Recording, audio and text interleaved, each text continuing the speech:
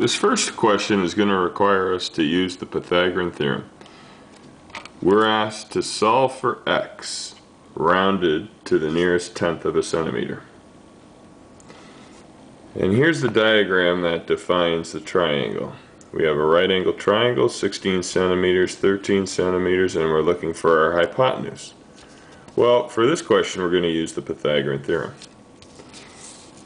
We know that x squared is going to equal 16 squared plus 13 squared, because our hypotenuse squared equals the sum of our two lengths, each of them squared. So x squared is going to be 256 plus 169, which is 425. That means the side x is going to be equal to the square root of 425, which is approximately equal to 20.6 centimeters. Okay? Another Pythagorean theorem question is right here. In this question we want to solve for x rounded to the nearest tenth of a centimeter, but we see that the side we're looking for isn't the hypotenuse, it's one of the other two sides. We're actually looking for one of the shorter sides.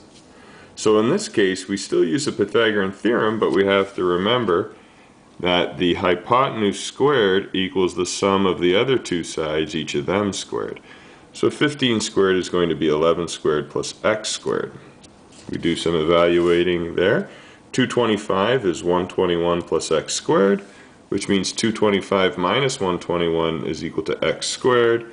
104 equals x squared, which means x is equal to the square root of 104, or in other words, approximately 10.2 centimeters. So it's a little bit more difficult when you are looking for a side that's not the hypotenuse, because there's a subtraction step involved which sometimes throws people off.